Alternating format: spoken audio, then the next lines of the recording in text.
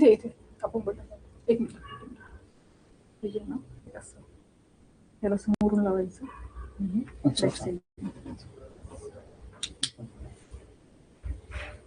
15 झालं घेतलं session live झालंय सर.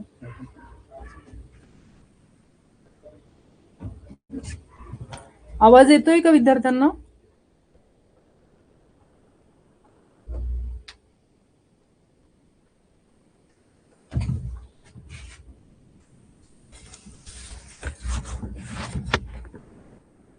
नमस्कार विद्यार्थी मित्रांनो, मी जगतपाल सर आपलं सर्वांचं सहर्ष स्वागत करतो. लेक्चरला सुरुवात करण्यापूर्वी माझा आवाज क्लिअरली तुमच्यापर्यंत पोहोचत असेल तर कन्फर्मेशन साठी फक्त येस एवढा मेसेज टाईप करा, म्हणजे आपलं लेक्चर अविरतपणे 1 तासभर चालू राहील. फक्त येस एवढा मेसेज टाका की सर आवाज क्लिअर येतोय म्हणून, म्हणजे मलाही कन्फर्मेशन होईल की आवाज तुमच्यापर्यंत पोहोचतोय. रिप्लाय द्या, पोहोचतोय आवाज माझा तुमच्यापर्यंत? ओके, चला मित्रांनो, हे पहा, आजपासून आपलं इंग्लिश ग्रामर सुरू होतंय. अगदी बेसिक्स पासून अप्पर लेवल पर्यंत आपल्याला पूर्ण भाग इंग्रजीचा पाहायचा आहे. तुम्ही जर आज स्पर्धा परीक्षेचं स्वरूप पाहिलं तर आज खूप जटिल स्वरूपाचं तुमचं स्वरूप त्या ठिकाणी इंग्रजीचं आहे. पूर्वीचा काळ एक वेगळा होता. आता दिवसेंदिवस जी परीक्षेची जी व्याप्ती आणि त्याचं जे स्वरूप आहे ते किचकट होत चाललेलं आहे. त्याच्यामुळे विद्यार्थ्यांना बेसिक टू अप्पर लेवल पर्यंत सगळं नॉलेज त्या ठिकाणी माहित पाहिजे.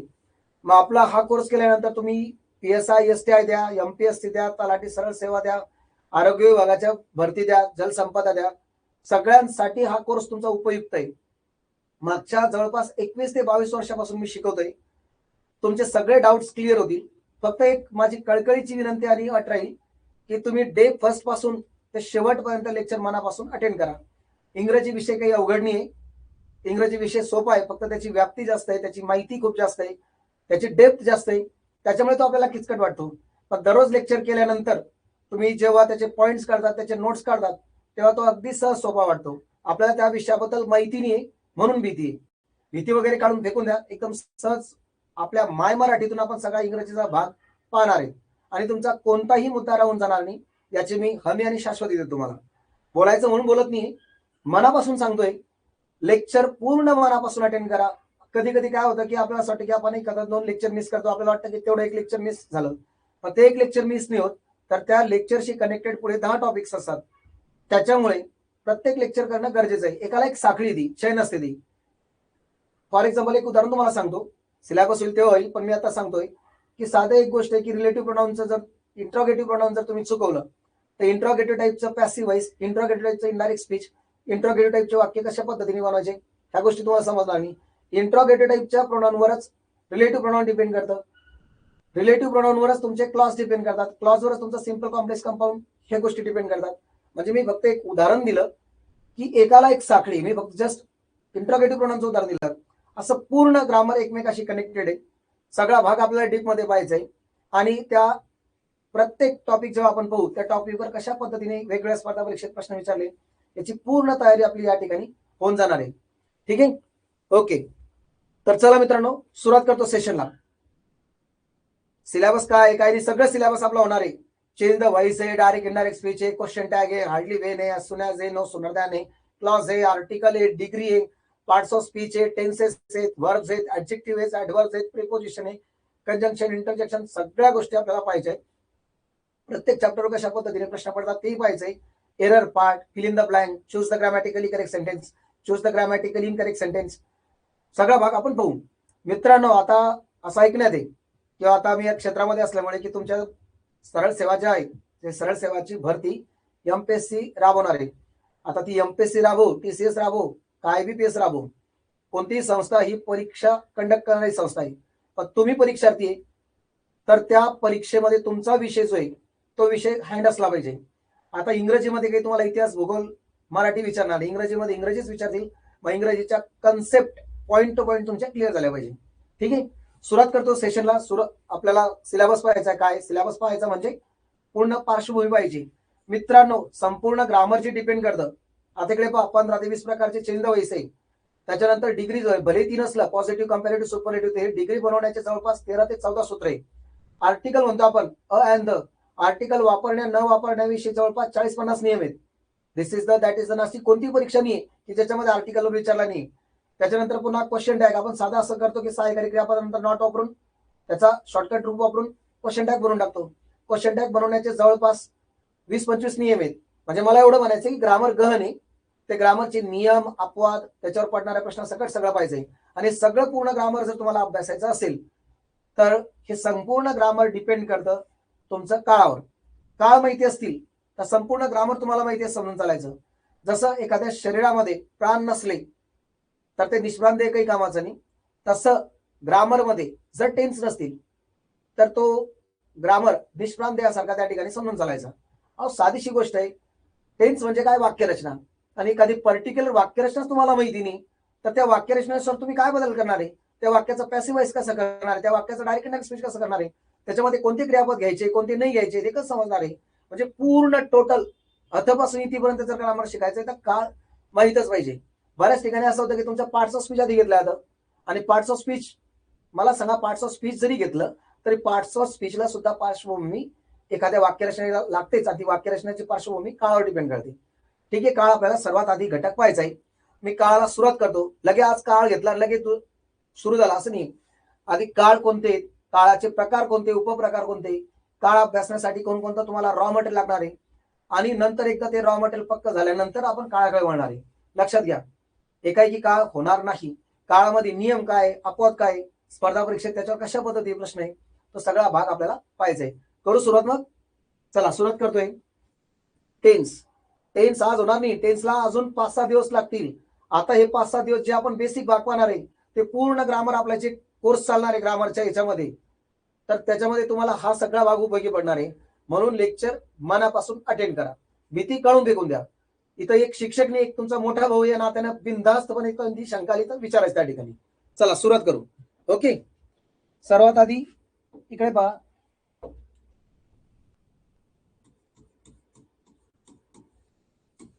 टेन्स आहे तुमचा काळ. ओके, बरं. काळाचे 3 मुख्य प्रकार आहे. There are 3 main types of tense. वर्तमान काळ, आज घडणाऱ्या घटना, ज्या घटना इतिहास जमा झाल्या, घडून गेल्या, कालच्या घटना भूतकाळात, पास्ट टेन्स. आणि ज्या घटना घडायच्या बाकी असून घडल्या नाही ते फ्युचर टेन्स. प्रेझेंट, पास्ट आणि फ्युचर हे काळाचे 3 मुख्य प्रकार आहेत. मी आधी फक्त प्रकार लिहून देतोय. अभ्यासण्यासाठी आपल्याला अजून 5-6 दिवस लागतील, 1 आठवडा लागेल जवळपास. मग आता 5-6 दिवसात आपण काय पाहणार आहे? काळाचे जे बेसिक घटक आहेत, त्याच्यानंतर बेसिक घटक ते आहेच, पण इतर संपूर्ण ग्रामरमध्ये तुम्हाला जे उपयोगी घटक लागणार आहे ते आपण पाहणार आहे.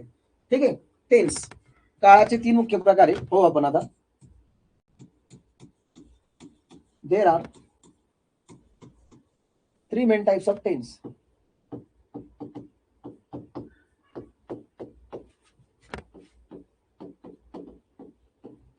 ठीक आहे. काळाचे 3 मुख्य प्रकार आहेत. ओके, पहिला आहे तो तुमचा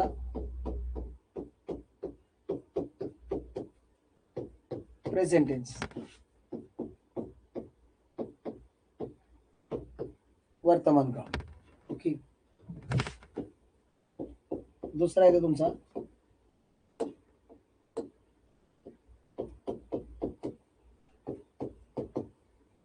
पास्ट टेन्स, भूतकाळ.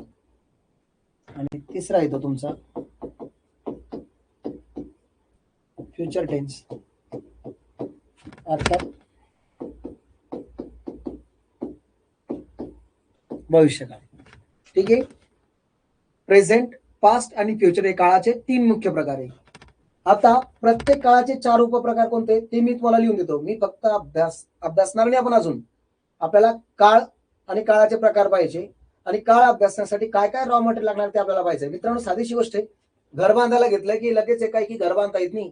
मग घर बांधण्यासाठी तुम्हाला काय काय रॉ मटेरियल तो इंजिनियर तुम्हाला सांगतो. दगड, वीट, रेती, सिमेंट, त्याच्यानंतर कळी, कोयंडा, दरवाजे, खिडके हे तावदानं तुम्ही घेऊन या. जबरदस्त मजबूत घर आपण बांधू असं तो म्हणतो. मग त्याच्यासाठी आता आपल्याला काळाची इमारत उभी करायची. तर काळाची इमारत उभी करताना काय काय रॉ मटेरियल लागणार त्याला रॉ मटेरियल का समजू, त्याला मजबूत मटेरियल समजा. ते मजबूत मटेरियल आपल्याला पाहायचंय आणि नंतर या सगळ्यांचा उपयोग करून आपण काळ पाहणार आहे शेवटी. ठीक आहे, शेवटी म्हणजे काळ भाग आटोपल्यानंतर. प्रेझेंट, पास्ट आणि फ्युचर हे काळाचे 3 मुख्य प्रकार आहे. आज घडणाऱ्या घटना वर्तमान काळात प्रेझेंट टेन्स, ज्या घटना घडून गेल्या इतिहास जमा झाल्या त्या पास्ट टेन्स, ज्या घटना घडायच्या बाकी ते फ्युचर टेन्स. हे काळाचे 3 मुख्य प्रकार आहेत. प्रत्येक काळाचे 4 उपप्रकार हे तुम्हाला मी लिहून देतो. हे मेन टाइप्स होते.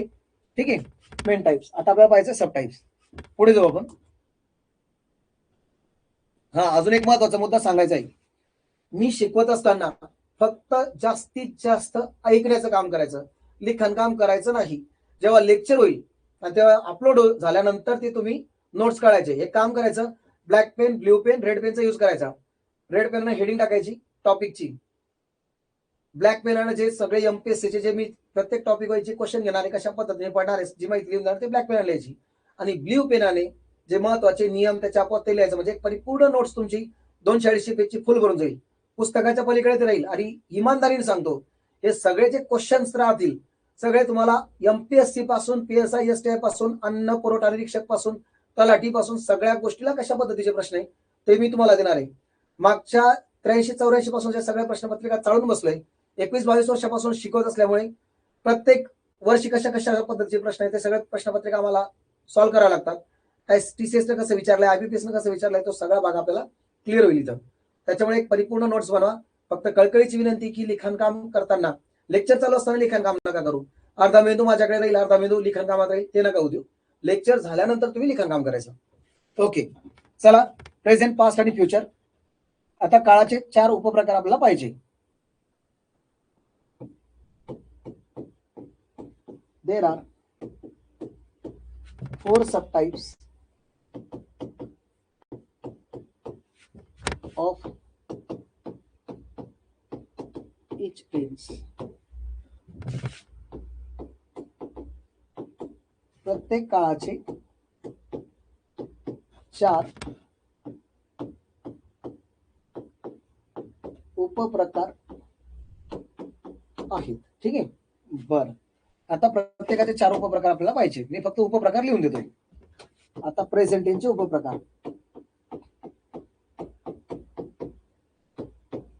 प्रेझेंट टेन्स हा तुमचा वर्तमान काळ. ओके, पहिला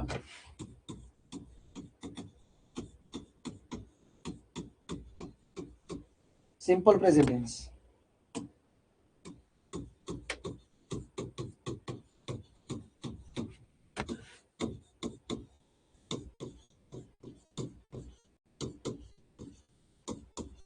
साधा वर्तमान काळ.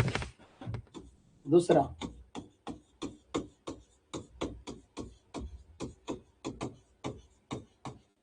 प्रेझेंट कंटिन्युअस टेन्स, अर्थात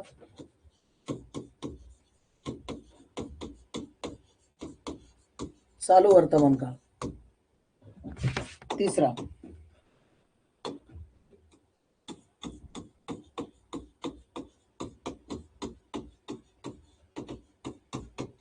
present perfect tense.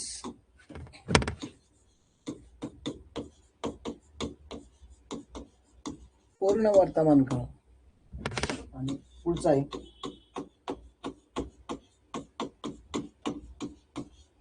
Present perfect continuous tense, अर्थात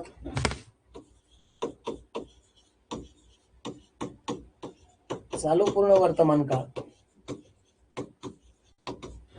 किंवा पूर्ण अपूर्ण वर्तमान काळ. फक्त ऐकून घ्या अगोदर. काळ अभ्यासासाठी आपल्याला 5-7 दिवस लागणार असून हे फक्त माहिती देतोय. नाही तर पोरं म्हणतो सर संपले का काळ. प्रत्येक काळ डीप मध्ये पाहायचा आहे. प्रत्येक काळामध्ये कसे प्रश्न पडतात ते पाहायचंय. मी फक्त तुम्हाला एक्सप्लेनेशन देतोय की तुम्हाला काळाशिवाय गत्यंतर नाही.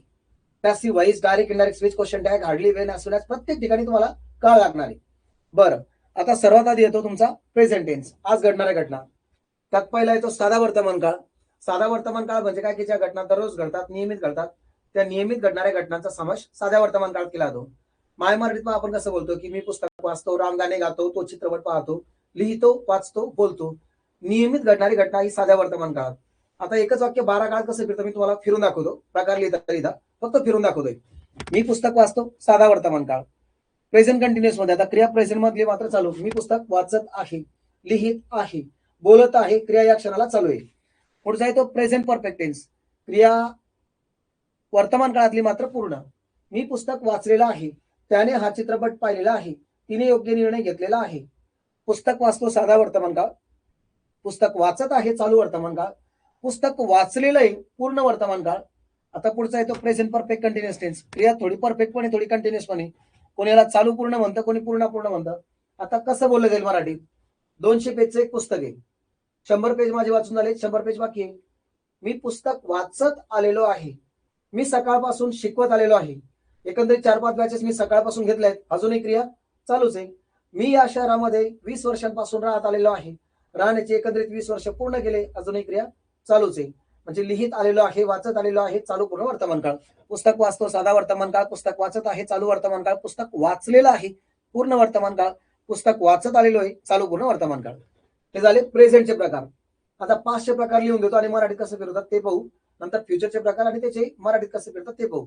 आणि नंतर मग याला काय काय रॉ मटेरियल लागणार त्याची चर्चा करू. ठीक आहे. आता एक काम करू, जिथं प्रेझेंट होता तिथं पास्ट टाकू आपण, वेळ वाचेल तेवढाच.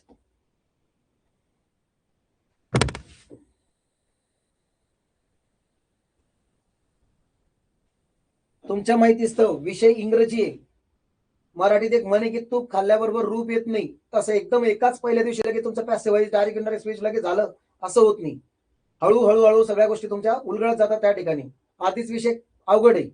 मग त्याच्यासाठी तुम्हाला बारकाईनं पाहणं गरजेचं आहे. आपला अगदी काटेकोरियस समजून चालायचं आहे, त्याच्यावर श्रीगणेशा करायचं आपल्याला, बरं का. बरं, आता जिथं प्रेझेंट होता आता तिथं आपल्याला पाहिजे पास्ट टेन्स. जिथं वर्तमान काळ होता तिथं आपल्याला पाहिजे भूतकाळ. पास्ट टेन्स, भूतकाळ. पहिला येतो सिंपल पास्ट टेन्स अर्थात साधा भूतकाळ. दुसरा येतो तुमचा पास्ट कंटिन्युअस टेन्स,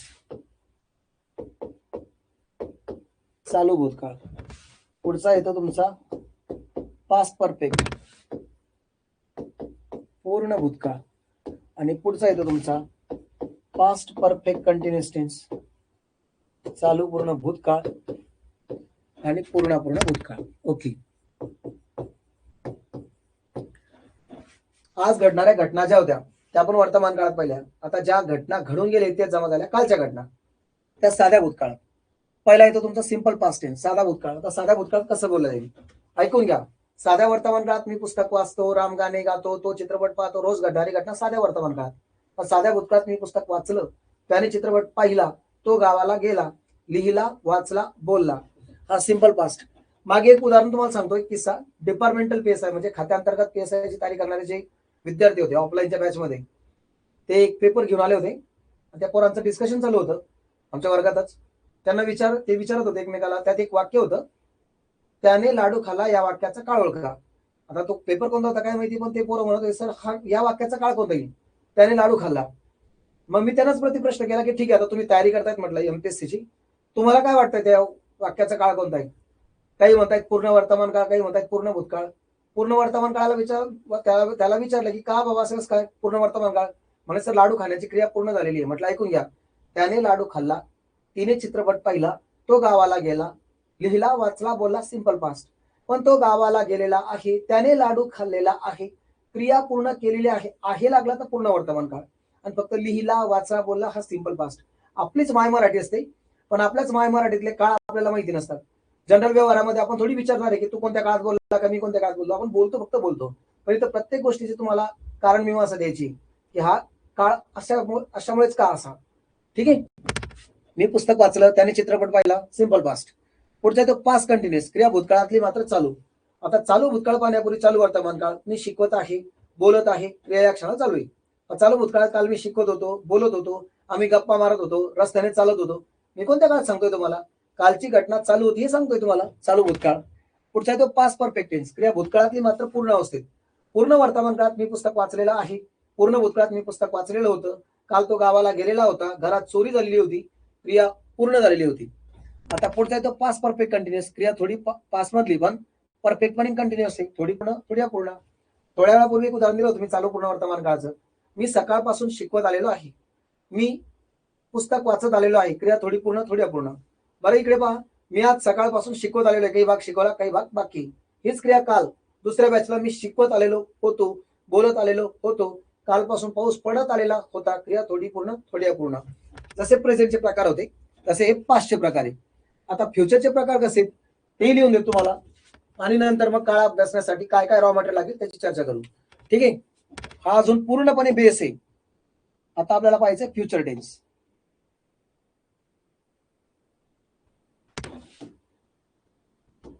सोपा भाग आहे, फक्त रेग्युलर लेक्चर अटेंड करा. इंग्रजी विषय तुम्हाला माहिती असेल ते तुमच्यापर्यंत राहू द्या, कारण बऱ्याच जणांना काहीच माहिती नसतं. पाटी कोरी असं समजून चालायचं. फ्युचर टेन्स हा तुमचा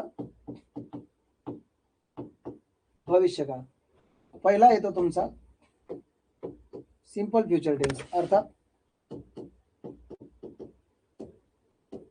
साधा भविष्यकाळ. दुसरा येतो तुमचा फ्युचर कंटिन्युअस टेन्स अर्थात चालू भविष्यकाळ. पुढचा येतो तुमचा फ्युचर परफेक्ट टेन्स पूर्ण भविष्यकाळ. आणि पुढचा फ्युचर परफेक्ट कंटिन्युअस टेन्स अर्थात चालू पूर्ण भविष्यकाळ किंवा पूर्ण अपूर्ण भविष्यकाळ. ओके, चला आता लक्ष द्या. प्रेझेंटचे प्रकार पाहिले, आज घडणाऱ्या घटना, पाचच्या जे काल घडून गेल्या घटना तेही पाहिलं. आता उद्याच्या घटना घडतील असून घडल्या नाही त्या फ्युचर मध्ये. पहिला येतो या ठिकाणी सिंपल फ्युचर टेन्स साधा भविष्यकाळ. साधा भविष्यकाळ पाहण्यापूर्वी साधा वर्तमान काळ. साध्या वर्तमान काळात मी पुस्तक वाचतो, राम गाणे गातो. साध्या भूतकाळात मी पुस्तक वाचलं, रामने गीत गायलं. साध्या भविष्यकाळात मी पुस्तक वाचेल, राम गीत गाईल, माझा भाऊ उद्या येईल, तो गावाला जाईल, खाईल पेईल जाईल राहील, अजून घटना घडली ती घडेल.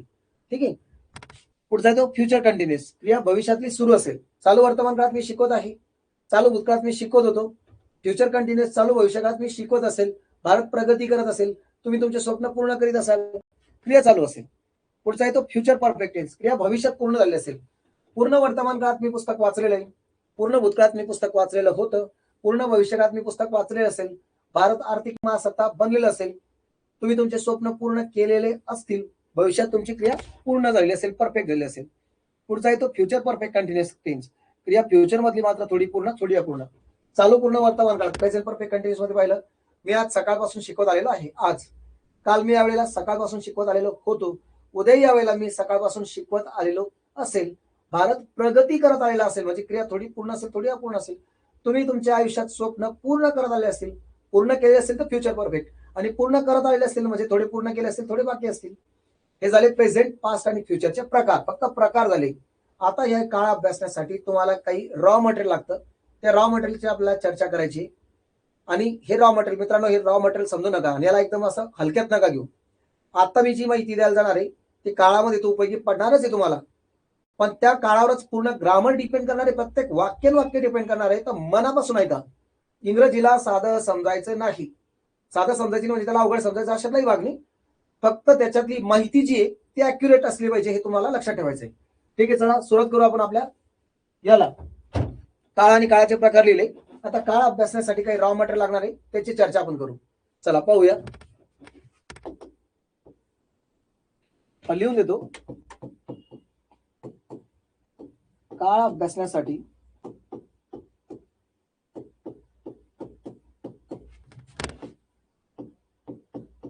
पुढील महत्वाच्या गोष्टी लक्षात ठेवाव्या. हेडिंग टाकतो येत आहे, आधी आपण चर्चा करू.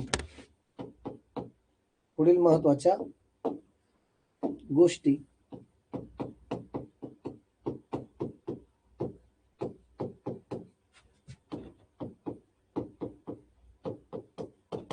ओके, हेडिंग टाकलं.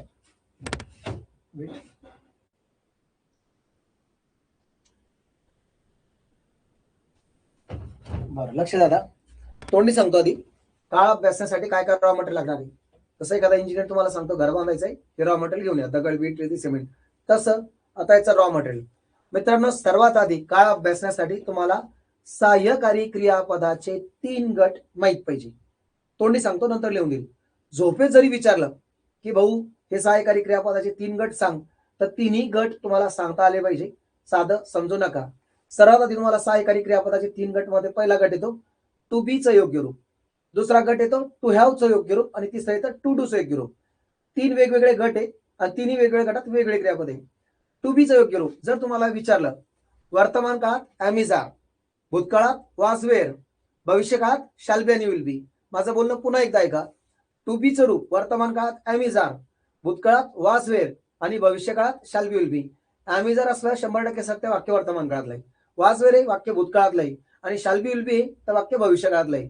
जे 12 काळ आहेत त्या 12 काळांमध्ये काही ठिकाणी तुम्हाला टू बीची रूपं लागतात, काही ठिकाणी टू हॅवची रूपं लागतात आणि काही ठिकाणी टू डूची रूपं लागतात. तर तिन्ही गट माहित पाहिजे. मी पुन्हा सांगतोय, टू बीचं रूप वर्तमान काळात ॲमिज आर, भूतकाळात वाज वेअर, भविष्यकाळात शॅल विल बी. हा पहिला गट. दुसरा गट तिथं लागतं टू हॅवचं रूप. मग टू हॅवचं रूप आहे वर्तमान काळात हॅव हॅज, भूतकाळात हॅड आणि भविष्यकाळात शॅल हॅव विल हॅव. माझं बोलणं पुन्हा एकदा ऐका. काही ठिकाणी तुम्हाला वर्तमान काळात टू हॅवचं रूप लागतं, तर टू हॅवचं रूप वर्तमान काळात हॅव हॅज, भूतकाळात हॅड, भविष्यकाळात शॅल हॅव विल हॅव. दोन्ही गट झाले. तिसरा गट येतो टू डूचं रूप. टू डूचं रूप हे वर्तमान काळात डू डज, भूतकाळात डीड, याचं भविष्यकाळी रूप नाहीये. बरं का, मी परत एकदा सांगतो. टू डूचं रूप वर्तमान काळात डू डज, भूतकाळात डीड, भविष्यकाळी रूप नाही. का नाही ते पुढे समजेलच. पण टू बी, टू हॅव आणि टू डू शिवाय काळ शक्य नाही. इतकंच काय, ते डू डज डीड शिवाय no sooner does, no sooner did, त्याच्या रचना, त्याच्यानंतर नकारार्थी रचना, प्रश्नार्थक रचना, ह्या रचना सुद्धा शक्य नाही. म्हणजे तिन्ही गट माहित पाहिजे काळ अभ्यासासाठी लागणार आहे. कलेक्शन करून ठेवायचं, मी लिहून देतो. काळ अभ्यासासाठी पुढील महत्वाच्या गोष्टी लक्षात ठेवण्यासाठीच्या पहिलं टू बीचं रूप, दुसरं टू हॅवचं रूप आणि तिसरं टू डूचं रूप. हे जे लिहून देणार आहे हे फक्त नावाला लिहून देत नाही, मेंदूत फिट ठेवायचंय. मित्रांनो, कसं असतं पहा, शिलालेख असतात. शिलालेख 10,000 वर्षानंतर जरी शोधले तर ते शिलालेख करून ठेवलेले असतात आणि ते जसं सापडतं. तसं तुम्ही तुमच्या मेंदूवर हे गोष्टी करून ठेवा की जेणेकरून तुम्हाला 3 दिवसानं, 4 दिवसानं किंवा कधीही विचारलं तरी ते तुमच्या मेंदूवर परमनंटली फिट राहील. मी जर वारंवार एखादी गोष्ट आवर्जून सांगतो तर याचा अर्थ असा नाही की तुम्हाला बोर करतोय. हेतू एकच एक आहे की ह्या ज्या गोष्टी मी तुम्हाला ज्या आवर्जून सांगतोय त्या गोष्टी तुमच्या मेंदूमध्ये इम्प्रिंट झाल्या पाहिजे. साधं समजायचं नाही. ठीक आहे. बरं, काळ अभ्यासण्यासाठी पुढील महत्वाच्या गोष्टी लक्षात ठेवाव्यात. यात सर्वात पहिली महत्वाची गोष्ट तुम्हाला माहित पाहिजे सहाय्यकारी क्रियापदाचे 3 गट. ओके.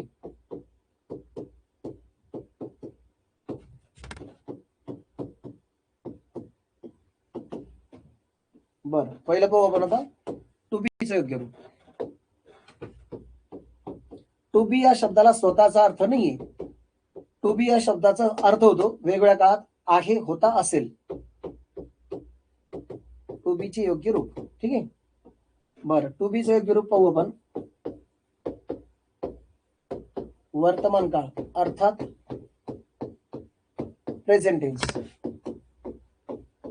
प्रेझेंट टेन्स मध्ये तुम्हाला एम, इज, आर. बरं, भूतकाळ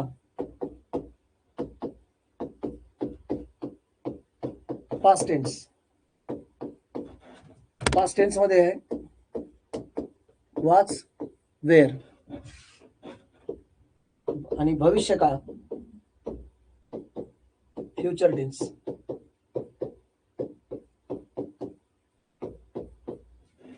हा आहे तुमचा शॅल बी आणि विल बी. लक्षात ठेवा, टू बीचं रूप. टू बी या शब्दाला स्वतःचा अर्थ नाही, पण टू बीचं रूप हे वर्तमान काळात ॲमिज आर. ॲमिज आरचा अर्थ आहे असं घेतला जातो. I am singing a song, मी गीत गातोय. बरं, भूतकाळात was were, I was singing a song, मी गीत गात होतो. I shall be singing a song, मी गीत गात असेल. म्हणजे ॲमिज आरचा फक्त अर्थ होतो आहे, वाज वेअरचा होता आणि असेल, त्या त्या काळातला असणे. त्याला स्वतःचा अर्थ नाहीये. बरं, टू बीचं रूप लक्षात ठेवायचंय. मी परत परत सांगतोय, टू बीचं रूप वर्तमान काळात ॲमिज आर, भूतकाळात वाज वेअर, भविष्यकाळात शॅल बी विल बी. लक्षात राहील ना? बोला, लक्षात राहील ना हा भाग? मी उद्या विचारलं बरं का तुमचं नाव घेऊन की कोण कोण आहे म्हणून. सोनलताई आहे, अविनाश सर आहेत. लक्षात ठेवा, हे टू बीचं रूप वर्तमान काळात ॲमिजार, भूतकाळात वाज वेर, भविष्यकाळात शॅल बी विल बी.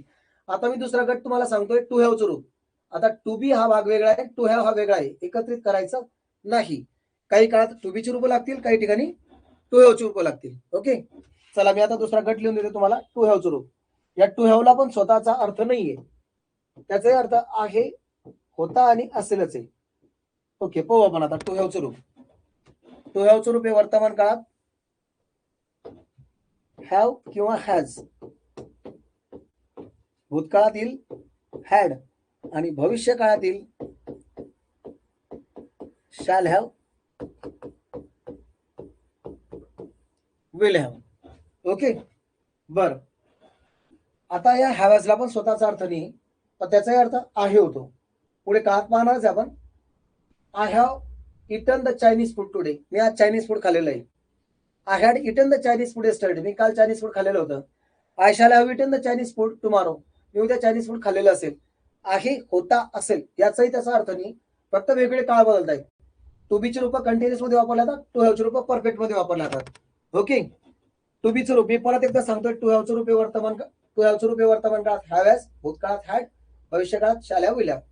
हा दुसरा गट येतो. तिसरा गट येतो टू डूचं रूप. हो आपण आता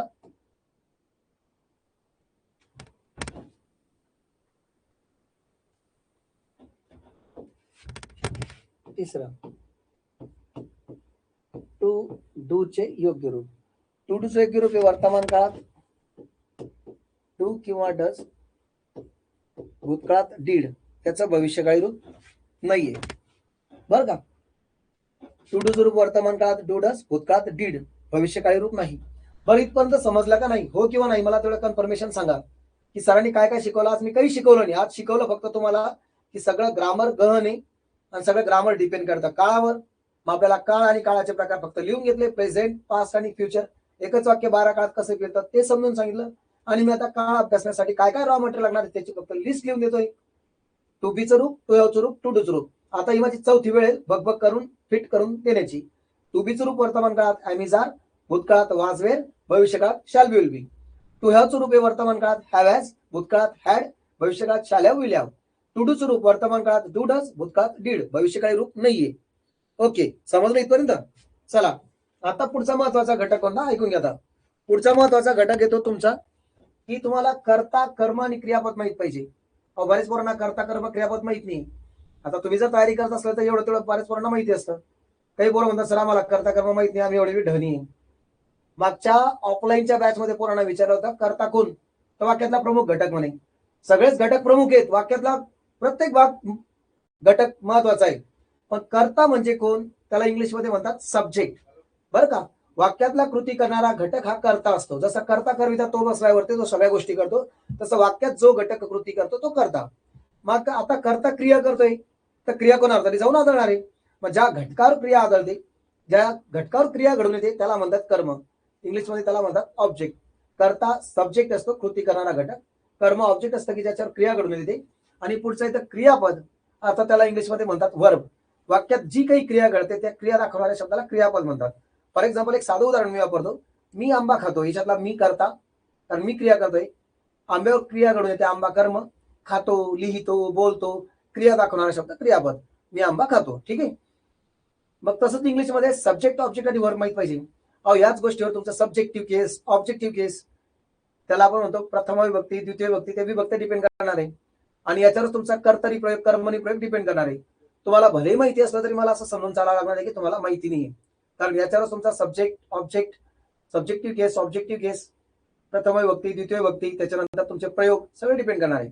बेसिक गोष्ट आहे, ठीक आहे. आता तुम्हाला माहित पाहिजे कर्ता, कर्म आणि क्रियापद. कर्ता इंग्लिशमध्ये याला म्हणणार मी सब्जेक्ट, अर्थात वाक्यातील कृती किंवा क्रिया करणारा घटक.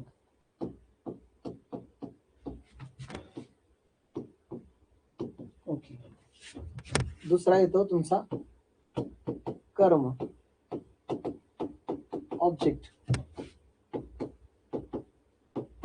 वाक्यात ज्या घटकावर क्रिया घडून येते तो घटक. तिसरा क्रियापद, इंग्लिश मध्ये आपण त्याला म्हणतो वर्ब. वाक्यातील क्रिया किंवा कृतीदर्शक शब्द.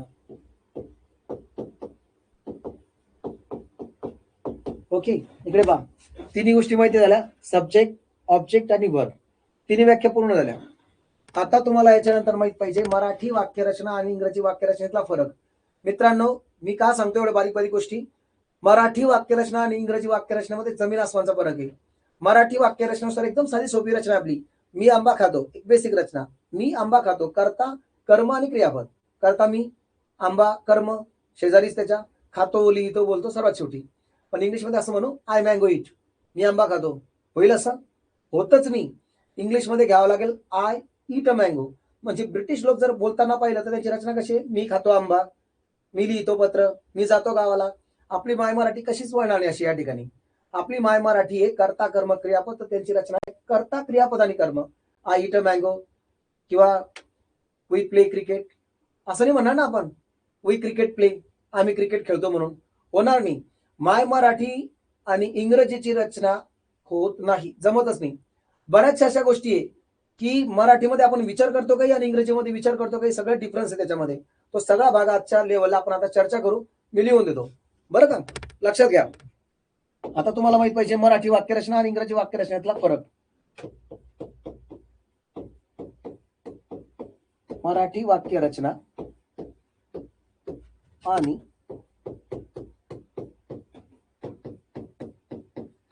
इंग्रजी वाक्यरचनेतला फरक.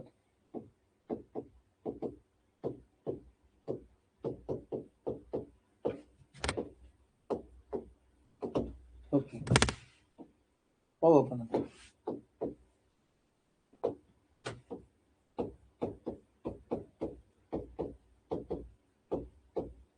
आता मराठी वाक्यरचना इकडे बघा, बेसिक आहे. मी आंबा खातो, इथून सुरुवात करून देतो मी तुम्हाला. आणि हे सगळं आपल्याला एनलार्ज करायचं, सगळं डीप मध्ये. सब्जेक्ट, ऑब्जेक्ट आणि हा तुमचा वर्ब. इथून रचना आहे कर्ता कर्म प्लस क्रियापद. पुढचं इथं तुमचं इंग्रजी वाक्यरचना. इंग्रजी वाक्यरचनेमध्ये मी आंबा खातो म्हणून असं लिहिणार आय मँगो इट. इथं येतं आय इट अ मँगो. म्हणजे हा सब्जेक्ट झाला, हा वर्ब झाला आणि हा ऑब्जेक्ट झाला. मराठीनुसार कर्ता प्लस क्रियापद प्लस कर्म. ओके, बर. आता इथपर्यंत आपण आलो. आता चर्चा करायची, लिखाणकाम नंतर करू आपण.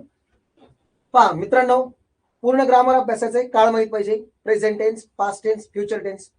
प्रत्येक काळाचे 4 उपप्रकार पडतात, ते आपल्याला माहित पाहिजे.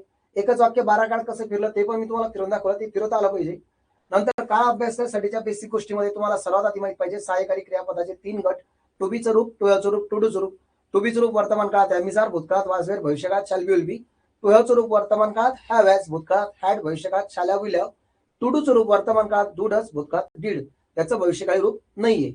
मग येतो तुम्हाला कर्ता कर्म क्रियापद माहित पाहिजे. कर्ता असतो सब्जेक्ट, वाक्यातला कृती करणारा घटक. कर्म ऑब्जेक्ट, ज्याच्यावर क्रिया घडून येते त्याला म्हणतात ऑब्जेक्ट. आणि कर्ता जी काही क्रिया करतो त्या क्रिया दाखवणाऱ्या शब्दाला क्रियापद म्हणतात. क्रियापदामध्येच पहिले 2 अक्षर आहे क्रिया. खातो, लिहितो, बोलतो, ते झालं वर्ब. ठीक आहे. आता मराठी वाक्यरचना आणि इंग्रजी वाक्यरचनेचा फरक आपल्याला माहित पाहिजे. मराठी वाक्यरचना एकदम साधी सोपी, आपली माय मराठी आहे. अमृताचे पैजा जिंके असं म्हणतो आपण. अमृताचा गोडवा आपल्या माय मराठीमध्ये. मी आंबा खातो, तो पत्र लिहितो, कर्ता घेतलं, कर्म घेतलं प्लस क्रियापद घेतलं. इंग्रजीत असं नाही. इंग्रजीमध्ये आय ईट अ मँगो म्हणजे त्यांची रचना किंवा we play cricket. Subject, verb आणि ऑब्जेक्टची, कर्ता, क्रियापद आणि कर्माची. आता इथून सांगतो तुम्हाला मित्रांनो, मराठी आणि इंग्रजी दोन्ही भाषा वेगवेगळ्या आहेत. दोन्ही भाषेचं त्यांचं अनन्यसाधारण महत्व आहे. आपली माय मराठी वेगळी आणि त्यांची इंग्रजी वेगळी. आपण पौरात्य आहे तर ते पाश्चिमात्य आहे. आपण विचार करतो काही आणि उत्तर निघतो काही. मराठी सारखा आपण इंग्रजी टर्न करण्याचा प्रयत्न करतो, होत नाही. पहा इथं वाक्यरचना जुळत नाही. बेसिक साधी गोष्ट, वाक्यरचना जुळत नाही. बऱ्याच अशा गोष्टी आहे इंग्रजी व्याकरणामध्ये की इंग्रजी आणि मराठीचा ताळमेळ जुळत नाही. एक साधी गोष्ट तुम्हाला विचारतो, इथं वाक्यरचना जुळलेली ना. मराठीमध्ये किती प्रयोग आहेत मला सांगा. मराठीत किती प्रयोग आहे? जर तुम्ही थोडीफार जर तयारी करत असला, मराठीत प्रयोग किती प्रयोग आहे मराठीमध्ये? रिप्लाय द्या बरं का. तुमच्या उत्तराची वाट पाहतोय. मराठीमध्ये किती प्रयोग आहेत बोला.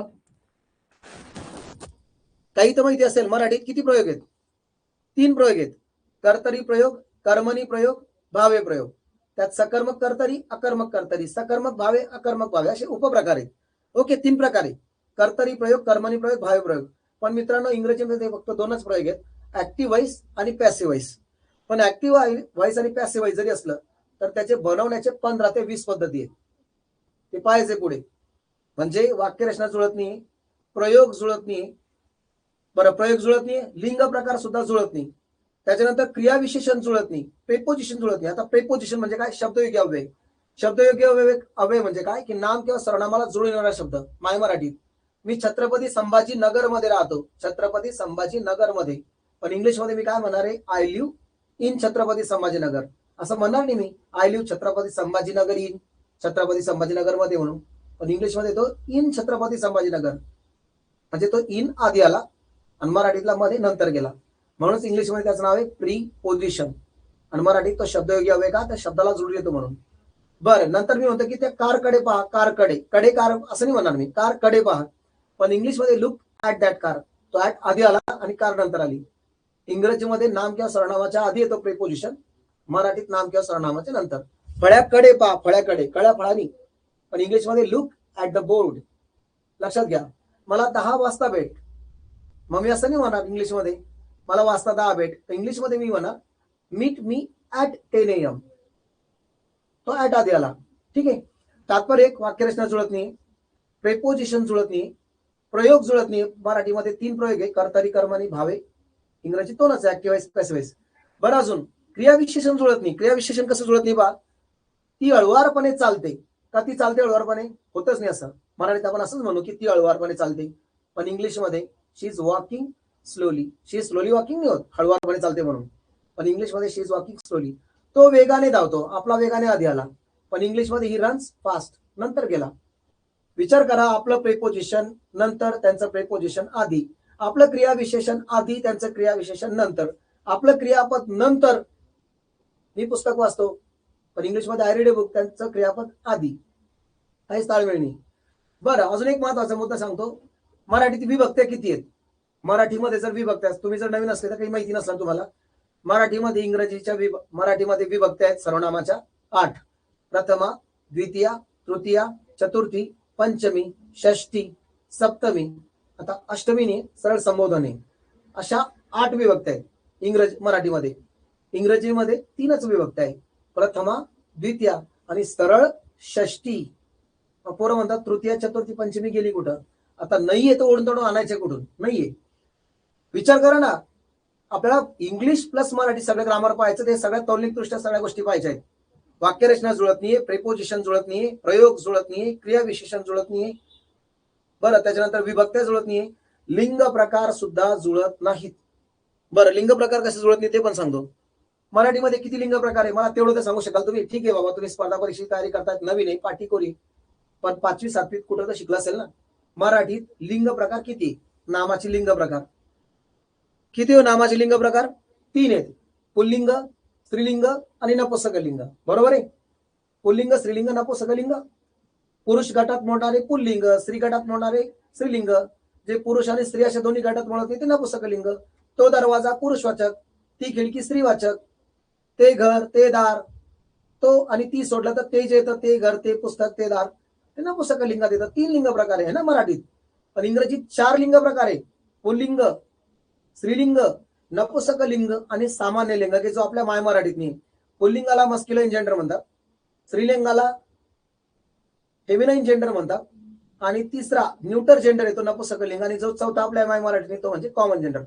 तोंडी समजून सांगतो की मराठी आणि इंग्रजीमध्ये कसा फरक आहे लिंग प्रकाराचा. ऐकून घ्या आता. पुल्लिंग मस्क्युलाइन जेंडर. मस्क्युलिनिटी या शब्दाचा डिक्शनरी मिनिंग पाहिला तर मस्क्युलाइन हा शब्द मस्क्युलिनिटीवर तयार झालाय. मस्क्युलिनिटीचा अर्थ होतो पुरुषत्व. साहजिकच संपूर्ण पुरुषत्वाचा बोध करणारे पुरुष जातीचे व्यक्ती आणि पुरुष जातीचे प्राणी पुल्लिंगामध्ये मोडतील. मराठीत आणि इंग्रजीत सेम आहे. पुरुष जातीचे व्यक्ती, पुरुष जातीचे प्राणी. पुरुष जातीचे व्यक्ती पाहू आपण. Man, boy, husband, brother, father, king, son. ठीक आहे, पुरुष जातीचे व्यक्ती. पुरुष जातीचे प्राणी पाहू. पुरुष जातीचे प्राणी हॉक्स बैल, टायगर वाघ, लायन सिंह, फॉक्स कोला, डॉग कुत्रा, हॉर्स घोडा, कॉक कोंबडा. मेल पीपल आणि मेल अॅनिमल मस्क्युलाइन जेंडर मध्ये मोडतील. ठीक आहे, मेल पीपल आणि मेल अॅनिमल. मराठी आणि इंग्रजी सारखं आहे. आता फेमिनिटीवरनं फेमिनाईन शब्द तयार झालाय. स्त्रीत्ववरनं स्त्रीत्वाचे गुणधर्म प्रकटीकरण करणारे फेमिनाईन जेंडर म्हणजे स्त्रीलिंग संपूर्ण स्त्री जातीच्या व्यक्ती आणि स्त्री जातीचे प्राणी त्याच्यामध्ये मोडतील. फिमेल पीपल आणि फिमेल अॅनिमल. बॉय पाहिला त्याचा गर्ल करावा लागेल, मॅनचं वुमन करावं लागेल, हजबंडचा वाईफ करावं लागेल, किंगचा क्वीन करावं लागेल, सनचा डॉटर करावं लागेल आणि फादरचा मदर करावं लागेल. ठीक आहे, स्त्रीलिंग पुरुष व्यक्ती स्त्री व्यक्ती झालं.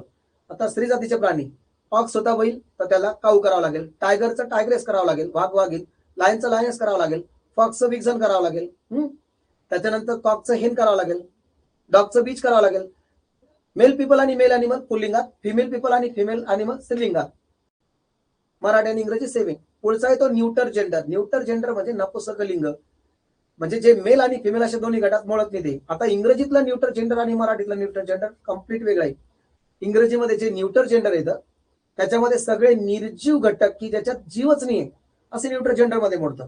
साधीशी गोष्ट आहे. आता मराठीमध्ये आपण तो दरवाजा म्हणतो आणि ती खिडकी म्हणतो, पण दरवाजा बी निर्जीव आहे खिडकी निर्जीव आहे. पण मराठीत आपण दरवाजाला काय म्हटलं? तो दरवाजा. आणि खिडकीला काय म्हटलं? ती खिडकी. बरोबर आहे, तो दरवाजा ती खिडकी. पण दरवाजा काही मेल नाही, खिडकी काही फिमेल नाही. मग ब्रिटिशांनी काय केलं की जे निर्जीव घटक आहे ज्याच्यात जीवच नाही ते न्यूटर जेंडर मध्ये टाकून दिलंय. तो दरवाजा ती खिडकी. दरवाजाला तो दार म्हटलं तर ते दार होतं, पण इंग्लिशमध्ये तो डोरच होणार आहे. Door, window, book, chair, pen, pencil, river. मराठीमध्ये ती नदी आणि तो समुद्र, पण दोघेही पाणवठ्याचे भाग आहेत. इंग्रजीमध्ये जेवढे निर्जीव घटक आहे ते न्यूटर जेंडर मध्ये मोडतील. अजून एक तुम्हाला उदाहरण सांगतो. माय मराठीनुसार ग्रंथ म्हटला तर तो ग्रंथ पुल्लिंग, पोथी म्हटला तर ती पोथी येतं, आणि पुस्तक म्हटलं तर ते पुस्तक मोडतं. वस्तू तीच आहे. इंग्लिशमध्ये मी बुकच म्हणणार आहे, मग बुक ना मेल आहे ना फिमेल आहे, ते न्यूटर जेंडर मध्ये मोडतं, निर्जीव घटक मध्ये. लक्षात ठेवा, पुरुष जातीचे व्यक्ती आणि पुरुष जातीचे प्राणी पुल्लिंगात, स्त्री जातीचे व्यक्ती आणि स्त्री जातीचे प्राणी स्त्रीलिंगात. जे मेल आणि फिमेल असे दोन्ही गटात मिळत नाही सगळे निर्जीव घटक न्यूटर जेंडर मध्ये. राहिला एक भाग तो म्हणजे कॉमन जेंडर, की जो मेल आणि फिमेल अशा दोन्हीसाठी इंग्रजीत वापरता येतो, मराठीत नाही. मराठीमध्ये मित्र मैत्रीण, इंग्लिशमध्ये फ्रेंड आहे, शिक्षक शिक्षिका दोन्हीसाठी टीचर आहे. बरोबर आहे. त्याच्यानंतर पुन्हा विद्यार्थी विद्यार्थिनी इंग्लिशमध्ये स्टुडंट आहे, लेखक लेखिका रायटर आहे, बालक बालिका चाइल्ड आहे, ती जनता ते लोक पण इंग्लिशमध्ये पीपल आहे. मेल आणि फिमेल दोन्ही आले. इंग्रजीत हा प्रकार आहे, मराठीत नाही.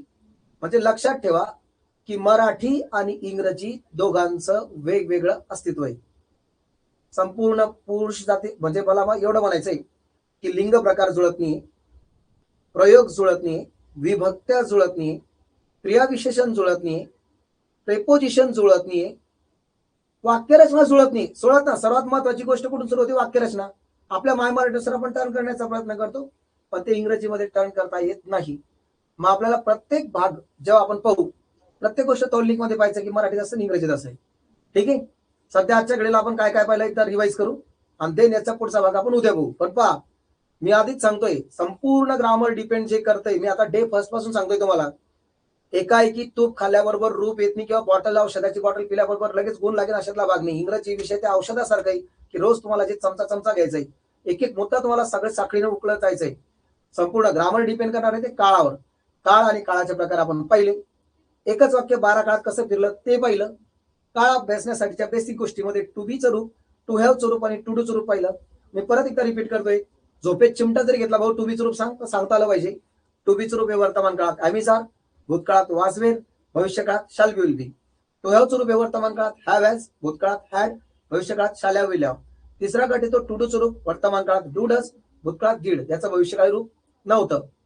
मग मी तुम्हाला माहिती दिली कर्त्याची, नंतर दिली कर्माची आणि क्रियापदाची. कारण वाक्यरचना तयार करण्यासाठी कोणाला तरी पुढे यावं लागेल ना, मग कर्ता पुढे येतो. कर्ता कोण?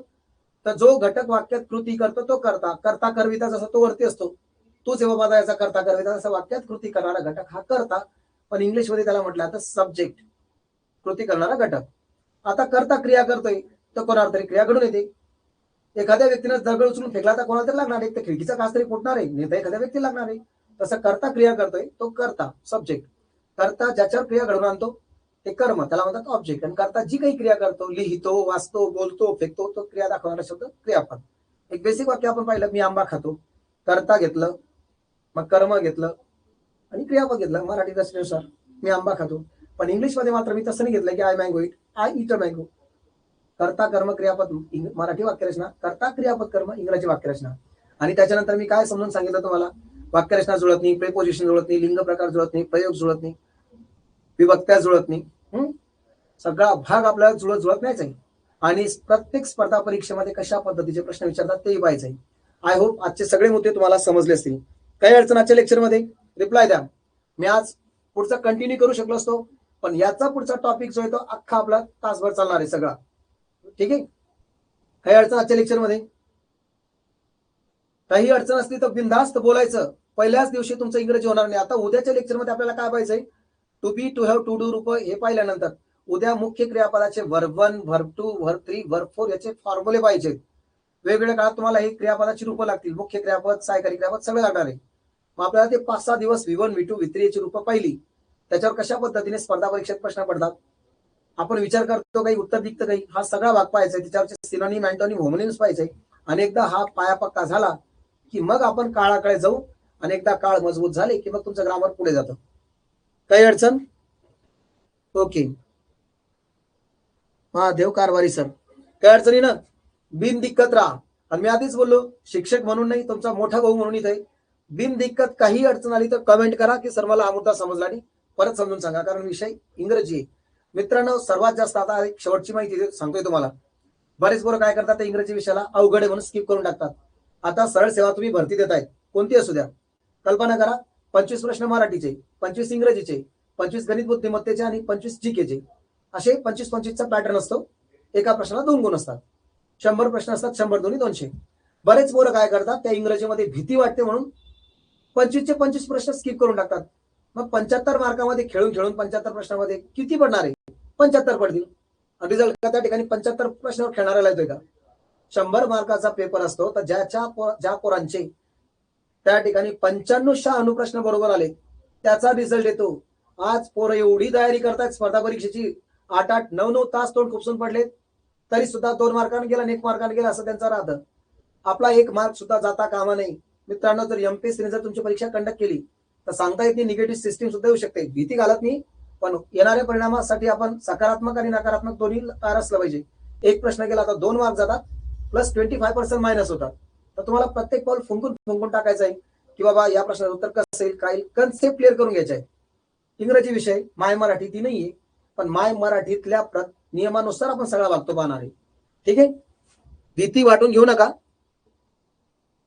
I am always with you. मी तुमच्या सोबत नेहमी. ठीक आहे. तुर्तास इथं थांबूया. उद्याच्या सेशन मध्ये पुन्हा भेटूया नवीन माहितीसह, नवीन डेटासह. तोपर्यंत नमस्कार. ओके, मिलते एक ब्रेक के बाद.